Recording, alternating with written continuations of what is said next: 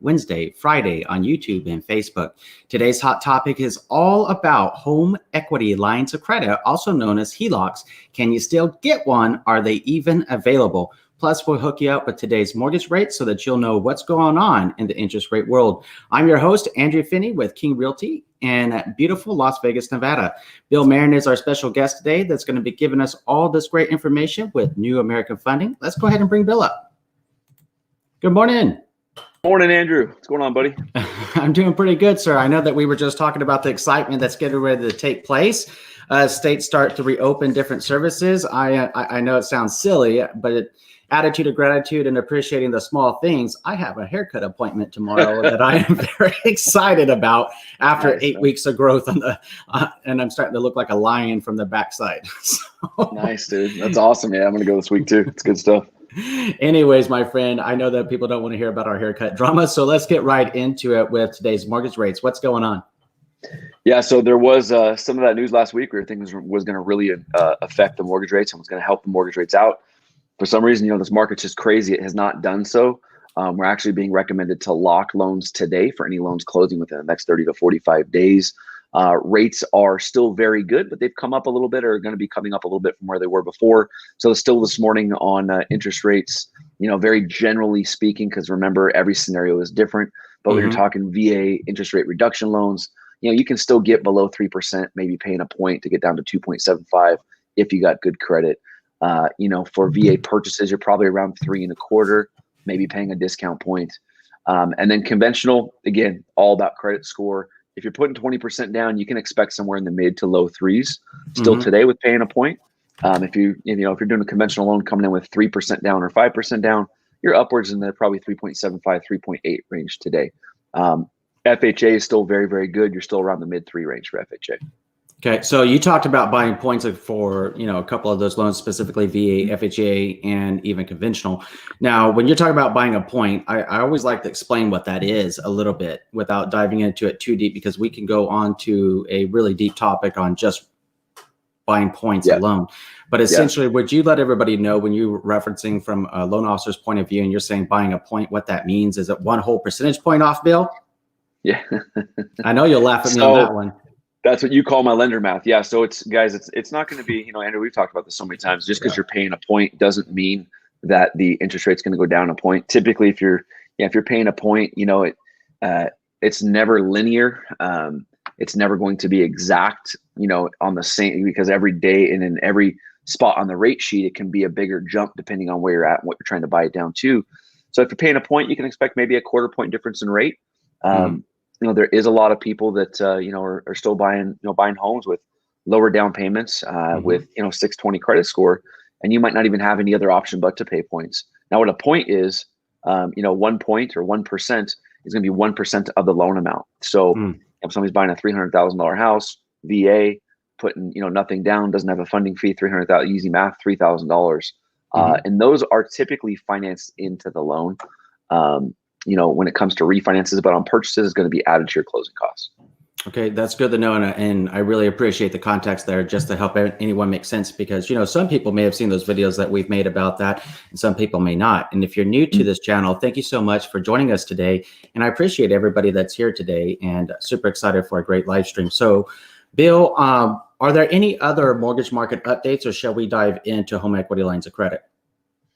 I mean, again, just the top, hit on the topic of it's changing literally every day. There's new things happening. Some things loosening up, still some things tightening, which I believe will happen even as we continue to open up and the economy begins to take off, like what I believe is going to be like a stinking rocket ship. There's still going to be kind of the delayed effect from COVID when it comes to lending, because there's going to be some companies that, hey man, they might not be able to do business anymore. And then other companies are just going to open up even bigger. So there is that, and just stay in top communication. But I think, Andrew, we're ready to jump into that topic, man, because I know it's exciting. A lot of people have been asking about it. Okay, so let's go ahead and get into what is a home equity line of credit. If we're going to talk about HELOCs, we need to define what a HELOC is. Yeah, and a lot of people just say, no, I don't want a HELOC. I just want a credit line. It is the same thing. Tomato, tomato, potato, potato. It's the same thing. So what an equity line is, if you currently own your home and you are trying to pull equity out of that home, you have two options. You can do a full refinance and get another 30-year fixed loan or 15, whatever your situation is, and get that cash out. Or you can do a home equity line of credit, more commonly referred to as a HELOC. When you're purchasing a home as well, a home equity line of credit can be used to help increase your purchasing power when it comes to the higher price points, which is awesome. However, with what's going on with COVID and everything that's going on right now, a couple things to keep in mind. This is going to be changing as time goes on. We used to have a lot of options for home equity lines of credit. We used to have, numerous options for our consumers to be able to go and just have different choices on exactly what you want, because everybody's got their different scenario. Right now, that's really dried up. There's not too many choices. We do still have some outlets to get that done for home buyers. Now, I know currently right now, from what we're seeing is the standalone HELOCs, meaning you're just trying to take a HELOC out on the house that you currently own and not refinance your primary mortgage, your first mortgage on the house. Standalone HELOCs right now, I don't know of anybody that's doing them. And the reason is because with all this going on, all the different companies that were doing home equity lines of credit just got inundated with just hundreds, thousands of people trying to get these mortgages, and they literally just didn't have the capacity to handle doing those equity lines. So a lot of different things come into play there with that. It's pretty interesting. So if what you're telling me is, if somebody has equity in their home, let's say that they bought their home a few years ago and they might have a couple $100,000 of equity, assuming they bought like a $400,000 home or something back then, right? Yeah. And you're saying that a lot of banks aren't allowing home equity lines of credit right now? Is that what you're saying? Yeah, not as a standalone. A standalone meaning that's the only loan you're going to do. So, Andrew, like for you, you got your loan, you have a lot of equity in your house because you made a great decision. You knew a good realtor and a good mortgage guy at the time. So I did. So that's in Las Vegas, right? By the way, if you're looking to buy or sell a house in Las Vegas, my name is Finney, and I'd like to apply for the job of helping you. And there's a lender right there, Bill Merren with New American Funding, to help out if you're purchasing. Anyways, couldn't resist. So yeah, man. No, even though you're my bud and you're my veteran brother, right? If you called me and said, "Hey, man, I want to get an equity line," I would say, well, let's get your application done. Let's get everything dialed in. Let's get everything kind of approved, but we can't close you yet because we can't do a standalone home equity line of credit as of right now. So what kind of home equity lines of credit, if any, are available during the COVID-19 pandemic timeframe? Because I know that even though we have a lot of states like Las Vegas that are presently in phase 1 of reopening the state, and there's a lot of other states that are doing the same thing, we're still going to be in a COVID-19 environment for quite some time. So that said, how are lenders responding to the home equity lines of credit, also known as a HELOC, and what kind can you get, if at all? Because you mentioned standalone. So what other options are there? So if Andrew, you called me and said, "Hey, man, I want to refinance my VA loan, but I also want to get some cash out," you might have the option to do that. If it's called a concurrent close. So you have to close a first at the same time that you're closing the second. We don't typically see that too much on refinances, because if you're going to refinance your first, typically you would just take cash out of that. What is available, what we are doing a lot of, we are seeing, is still with the purchase. Because, for example, if you were buying a home that was, say it was, $750,000, and the max, conforming loan amount is only $510,000, $400,000, right? You can do a concurrent close with a HELOC. So you do the conforming first, then you do the home equity line of credit for the second, and you put 10% down, 10.1% down, and there you go. You can buy your home.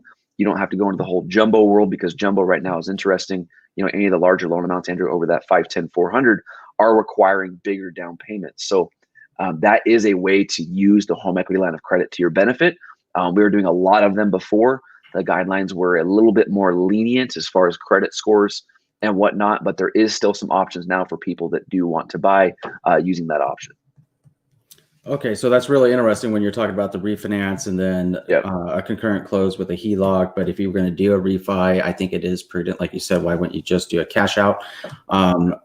Is there an example of why sometimes if somebody said, "Hey, yeah, I do want to do a cash out refi, or I want to refinance my mortgage, but I don't want to cash out, I want a home equity line of credit opposed to it." Is there any specific prudence or strategy behind that thought process that one might cost less money than the other in the long term?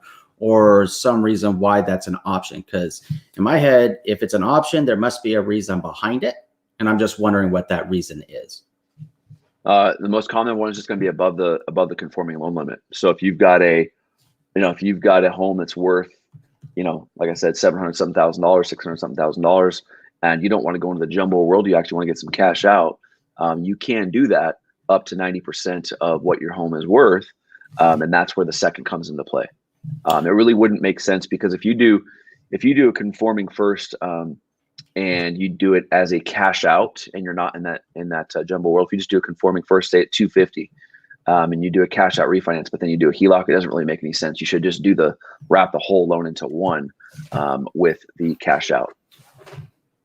So I really appreciate that, because that's actually really interesting. I hadn't even thought about that from the vantage point of the jumbo side. And when you talk about jumbo loans and doing first and second, I know that we've already discussed of making a whole separate recorded video type for that coming up soon for the channel, because there's a lot of movement in that needs to be discussed. So I appreciate you sharing that. Now, are there any other insights you'd like to provide to us about home equity lines of credit? So you work with New American Funding. Can you guys do a standalone or a concurrent close or any type of home equity line of credit? Can anybody do one? I don't know of anybody, Andrew, that's doing standalone home equity lines of credit right now. I really don't. I have friends and family that work at a lot of the big banks. They cut them off immediately. We were still doing them as of right now, even with some, because we service all of our own loans, but then we have broker options as well. I reach out to my broker partners as well, because of another friend of mine, a fellow real estate agent that wants to buy a home. The options that were there 2 weeks ago just aren't there right now. So no, concurrent second, no. Standalone second, HELOC, no. I don't know of anybody that is doing those.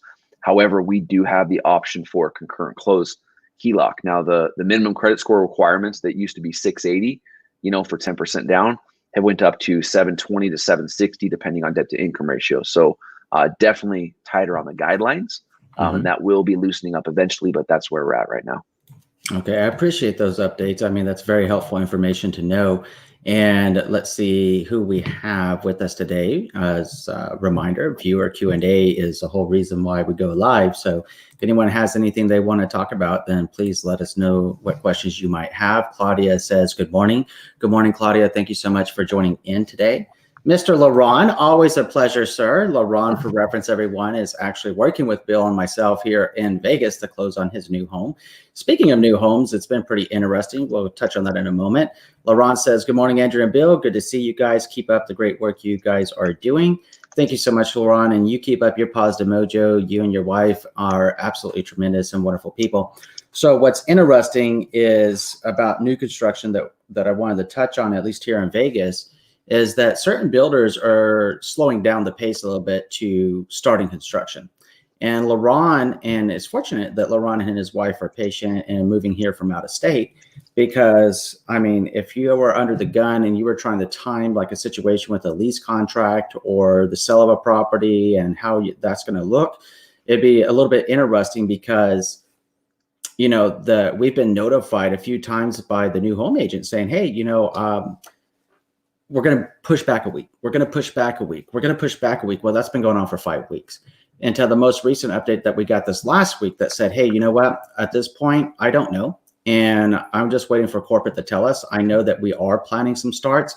I don't know if yours is going to be started just yet or not, but as opposed to give a bum scoop, I'd appreciate giving you the real scoop, which is very, very helpful. And that's why, it looks like we lost Bill. All right. So, wow. So, hey, anytime you go live, right? It's freaking awesome and interesting. So there he is. Bill, are you with us? Yeah. What happened? Lost my connection, man. I have no idea. You lost your connection, man. I guess Gigablast isn't always reliable too, huh? But too many people on it. Too many people. No, that's a true point. So what I was sharing with LaRon was that with the new construction phases right now that we've seen some of the slowdowns, and to be a little bit flexible if you're looking at purchasing new construction. Now, my guess is as people get back to work, as economies start going back, as long as things are safe for people in the COVID-19 environment, that we're going to see them start resuming their normal practice as far as keeping a certain pace to build homes. It's surely needed, because when people start asking about the housing market and what's happening, the reality is we have ultra tight inventory. We were coming into this year some of the lowest that we've been in many, many years. And I believe that's extremely important to talk about, because when you talk about how's the real estate world going to be affected by everything, we got to put it in context. And in January's prediction video, I was sharing with people that the housing crisis isn't one of imploding upon itself like 2008.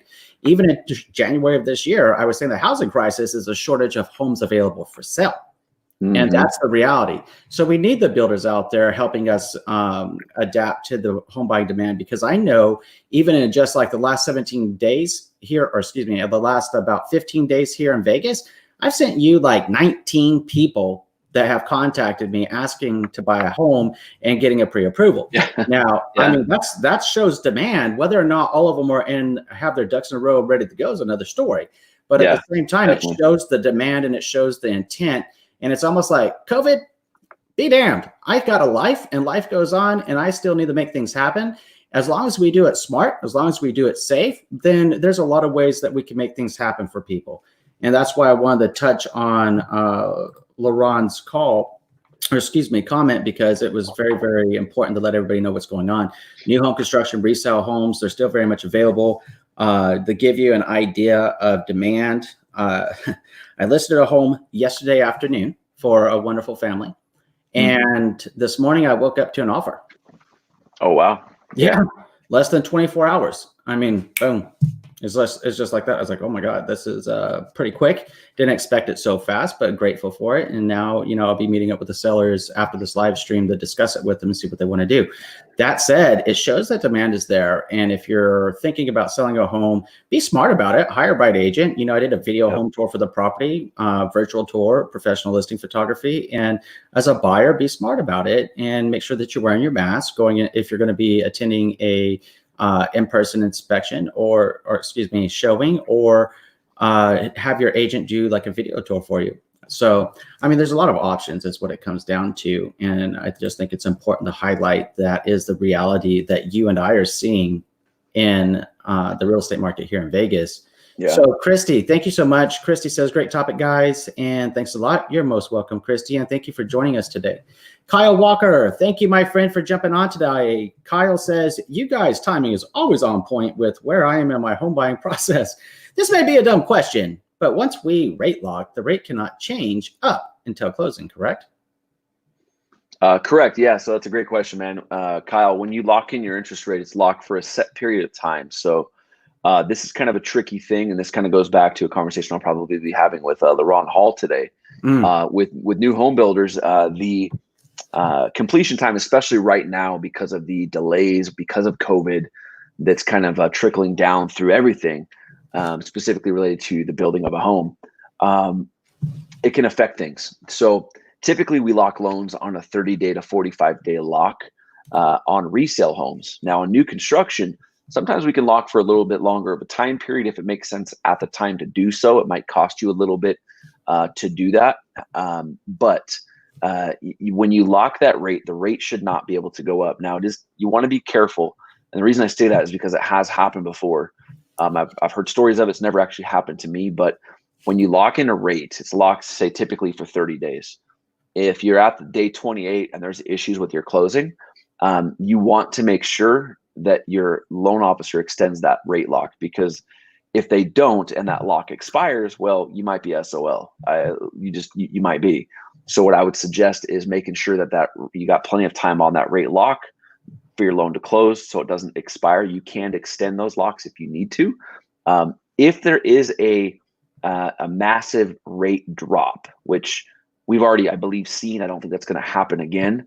The lender can float down your rate in most cases. So yeah, man, once you lock your rate, it should not be going up. So thank you for that, Bill. And you see that Kyle made another comment there saying, hey, Bill, can you explain when in the process of buying can you rate lock? We've been very confused about this, and we are past underwriting, and our loan officer has made it difficult to rate lock until now. So it all comes down to that previous thing I was talking about, Kyle, is when's your closing date? You know, if you guys have a set closing date. It's this week. Huh? Really? His closing, I know you don't know this, but I know this because he sent a comment on Friday's live stream that the reason that he wasn't on the live stream is he was having a conversation with his loan officer about locking. And I believe he got like 3 1/8. But that's okay. In that comment, he was mentioning that he was closing this week. So then, to give you context, Kyle, the answer. Yeah.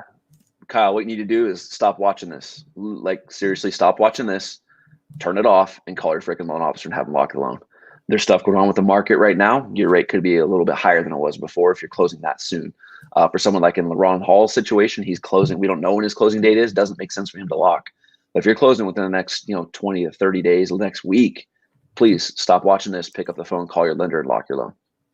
Seriously. Kyle, if I see the number of viewers going down while we're live, I know it's you, my friend. And my friend, please do take that for counsel. If you did not already do your lock on last Friday, please make sure that you go ahead and knock it out as quickly as possible today and let us know how it turns out for you. We want to make sure that you're taken care of, Kyle. So the best thing you can do is hop off and have that conversation with your loan officer if you've not yet locked. So thank you for the updates. And Bill, thank you for that information as well. Nicoletta, and Miss Nicoletta, I tell you what, every time I see your name, I'm smiling just like that emoji. And I certainly appreciate your positive mojo. I hope everything is going very smooth with your closing process over there in Virginia. And really, really appreciate you and your support. So Nicoletta, everyone is also a first responder. So thank you for what you're doing and what you're going through right now and keeping everybody healthy, Nicoletta. Thank you so much for being there. And I appreciate, again, your positive mojo. Christy brings up something very important here and something that I would definitely want to get to the heart of in a recorded video as well. So Christy Young says, good morning, guys. Is it a good idea to use a HELOC to knock down the mortgage early or pay bi-weekly while adding more cash? Bill, your take on it, because you know mine. I think we have a bit of a similar mindset on this. I am not familiar with that in depth. I have not researched it probably like you have. I have heard a lot of talk about it. I've had my clients ask me about it. I talk to thousands of people a year about either buying a home, past clients, new clients. I have never actually heard any of the, and trust me, if any of these people were to have had this work, they'd be calling me and telling me all about it. I haven't had one person in 14 years and call me back and tell me that this worked. So if you do, please let us know. But from what I can see, no. I again, it's not what I do, but I just haven't heard of anybody actually having it work for them. Several clients tried it, but I don't know that it worked. Yeah, and Bill, I appreciate you being straightforward. So Christy, the reason that I was saying that Bill and I probably have a very similar thought that this is, you are robbing Peter to pay Paul. So what it really would come down to, whether that's going to make sense or not for you, is to understand what is your mortgage interest rate, what does it look like on an amortized schedule, and what is your repayment term. And then you need to understand the same thing for a home equity line of credit. So let's say that you got a smoking low rate, which is, historically right now, even, and Kyle said, thanks guys, calling the loan officer now. Great job, Kyle. Thank you for that. Let's say that Kyle gets a 3% rate today, right? That's a historically low rate. But let's say that your HELOC is going to be at a 5% repayment term and you have to pay it off in 15 years instead of 30. So it depends on what your repayment term is. What is the what is the interest rate available? Because if you're looking to use a home equity line of credit to pay off a mortgage, could you do that? In theory, absolutely you could, but then you owe the money. So you've borrowed against the equity in your home to pay off a mortgage, but now you got to repay the money you just borrowed on credit. So this is where it's kind of a conundrum there. You really got to get clear on your risk versus return on this and understand what you're doing here. Because if you're not going to be getting a better rate, you actually hosed yourself for the notion of paying off a mortgage early. And this is where I get so upset. And this is why I said, hey, I really need to make a recorded video and hit this hard as crap. Because the thing is there's too many people out there saying, hey, I'm going to push fear as opposed to pushing faith. I believe Bill and I were talking about that. Fear pushers versus faith pushers. People that are fear mongers and share fear porn, and they push fear porn, in my opinion, right? And that's what they're doing. Or they push, hey, this is the best way. This is the best way. Listen to me. If you buy my training, if you buy my products, I'll teach you the best ways. And none of it really makes sense. If someone's going to offer you a course, if someone's going to offer you a training, if someone's going to come to you from a place of service and genuine concern for you, and bring as much love, joy, and hope to your life as possible to help out, then that's what they need to be focused on, is you, and delivering value to you that is accurate. Because and they also need to share with you the pros and cons of that. Now, on the flip side of that, Christy, what happens if you got a HELOC at like a 1% rate? And you could pay off your mortgage that was at 3% in the same analogy, right? Would that make sense? Well, it might make sense, because now you're going to be saving your 2% on the mortgage by paying it off. But now let's go back to your repayment terms. Understand how much you have to repay on a monthly basis, how long that's going to be paid. And then you, Miss Christie, or anyone else watching, would need to make a well-informed decision that's right for them based upon the facts. And that's where the clarity has to come into. It's why I always say, hey, you know what? Every coin has 3 sides. You got one side that's on the extreme. You got the other side that's extreme. But in the middle, the most often overlooked part of the coin, resides the truth. So let's get to the truth of this matter, Christy. And if it works out for you, you let us know. But what you could potentially be doing is, when, especially on the second part of your comment, or pay bi-weekly while adding more cash, if you're borrowing against your equity, right? And Bill and I have a funny term for this that's funny and scary all at the same time, but it's true. Equity in a home we call it the equity fairy. What the equity fairy giveth, the equity fairy can take away.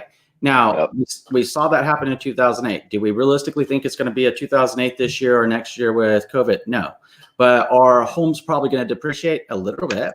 They're probably going to go down anywhere between 2 and 5% in between conservative estimates and the worst case scenario being up to 5%, which in real estate world is nothing. But in the case of having a HELOC or a mortgage, it's a lot, especially if you have a HELOC. So if you have a $500,000 home and you only owed $200,000 on your remaining balance for your mortgage, and you borrowed off, let's say that you borrowed $200,000 to pay off the mortgage, right? Yeah. Now you're on the hook for $200,000 again, but now on a home equity line of credit. So that's where you have to be clear. And if you're saying, hey, I have the mortgage, I want to take out $100,000, and now I want to use the extra $100,000 to be able to make extra additional payments onto my monthly mortgage, cool. But now you owe $300,000 instead of $200,000. And this is where the reality of getting into it really has to get into the reality and the truth of the matter, Christy. And my friend, I just want to see you successful. So whatever you choose to do, all I am asking you to do is do like you're doing right now. Research it, vet it out, talk to some loan officers about it if you prefer, gather the facts, see what those repayment terms are, see what those interest rates are going to look like, sit down, crunch the numbers, and if it works for you, awesome. And if it's not going to be a good fit or do what you think it's going to do, then that's okay too. At least now you know the reality of the situation. And what I'd ask you to do, Christy, is just let us know how it works for you. And like Bill said, if it does work out in your favor, fantastic. You'll be the first one that he's come across in 14 years. And you'd be the first one I've come across as well. So that would be fantastic to hear how it works out for you. And Andrew, I wanted to mention something too, because I know I was sending you some private messages, but what a HELOC typically is, right? A home equity line of credit it's a great option for like a short-term thing. You want to get some shutters put in your house. You want to do some home improvements, freaking rock on. It's a great program. You want to have a little bit of a safety net in case you need it. Awesome. A home equity line of credit was meant for just that. Now, what it is typically on a home equity line of credit is for 10 years. So your rate should be fixed. It's a fixed rate. However, for the first 10 years, it's interest only. So for the first 10 years, it's a low payment. After 10 years, if you're playing around with it and working on paying your house off and all that kind of fun stuff, awesome. If it works, great. Let us know. We'll get you on this live stream. But the thing is once you hit that 10-year mark, it's going to fully amortize to a 20-year loan, man. Which, hey, your rate doesn't change, but it goes from an interest only loan to not just a 30-year fixed loan, but a 20-year fully amortized loan. So that payment shoots through the roof, and now you are on the hook for that larger payment. So it's super important for people to understand that. Thank you so much for the insight, Bill, there. And Christy says, great insight. Thanks for the detailed information. You're very welcome, Christy. I'm glad we were able to help out. Now, Bill, talking about private messages, just did shoot one. And he says, I'm going to read your private message, if that's all right with you, Bill. Okay. It's a real update, right? He said, Market's taking a massive dump. I need to jump off to lock loans as soon as possible, brother. Let's see if there's another loan-related question. So let's do that right now, because I did see one. Cool. And Kyle, since he jumped off already, hopefully he's going to be able to take advantage of that as well. So Paul Chris says, being offered a rate lock at 3.25%. And then that was quick.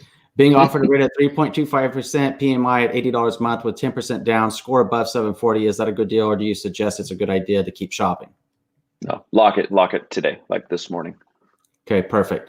Let's see. Pug Love in April, thank you so much for joining us. Very much appreciated. And Raj, thank you for being here. Raj says, hi, Andrew, I love your channel. 2 questions. Should I get a 30-year fixed mortgage and close it early using prepayments, or get an adjustable rate mortgage option?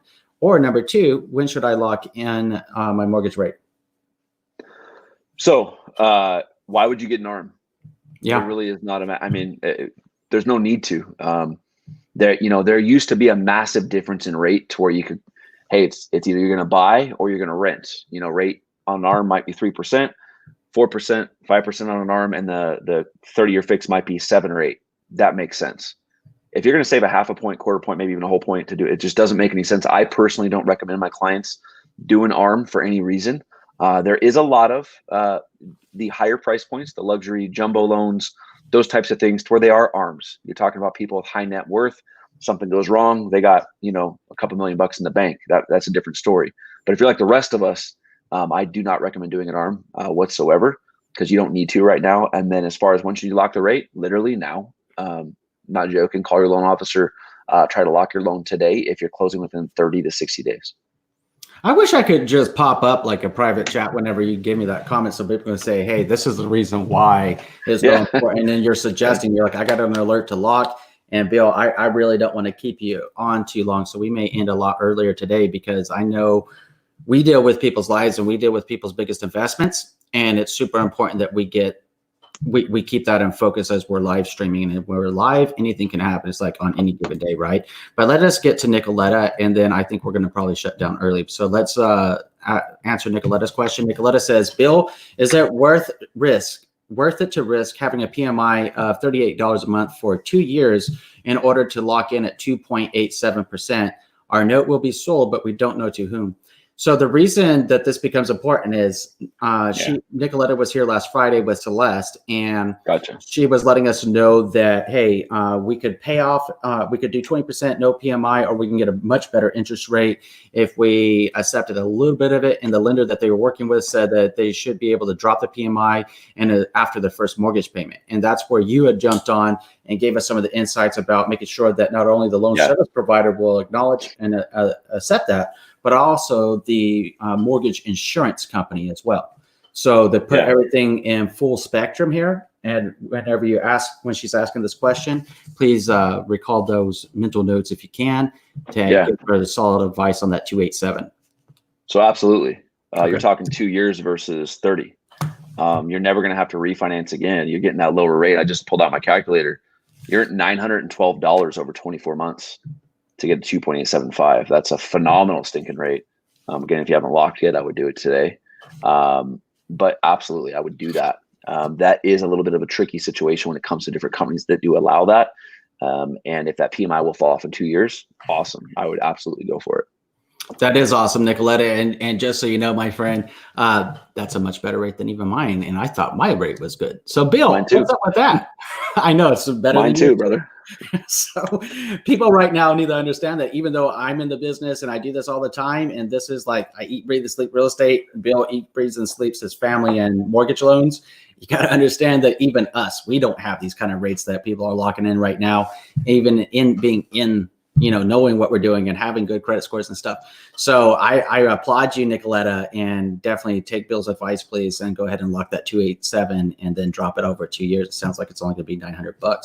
So Raj says, thanks a lot, Bill and Andrew. Nicoletta says, perfect. Thank you, guys. We are locked in. Fantastic, Nicoletta. Cool. So Bill, I want to get you onto those loans. So I'm gonna go ahead and end the stream today. I know this is a very brief one. I hope it's been impactful. I hope it's been powerful for you. Any parting shots before we adjourn, Bill? Stay in tight communication with your lender and your real estate agent, specifically your lender regarding loan program guideline changes. Even though your loan's approved, even though you're ready to close in, say, a week or two, stay in constant communication with your loan officer to make sure that something hasn't changed. And just be careful of using your credit for anything, because we actually have seen that cause some problems recently, because we get it. You know, you're having to use credit cards to live. So stay in tight communication with your loan officer, and things should go a little bit smoother for you. Fantastic, Bill. I appreciate your time. Let's get you onto those helping out real families and locking rates, hopefully like Nicoletta's today. Everybody, thank you for joining in. I'm going to go ahead and make things happen as well. And we're wishing you a great day. Lastly, I'd ask you to remember, please be the reason somebody smiles today. A smile is contagious. And by one smile at a time, we can make this world a better place. We'll see you back on Wednesday. Enjoy a beautiful day, my friends. Thanks, brother, man.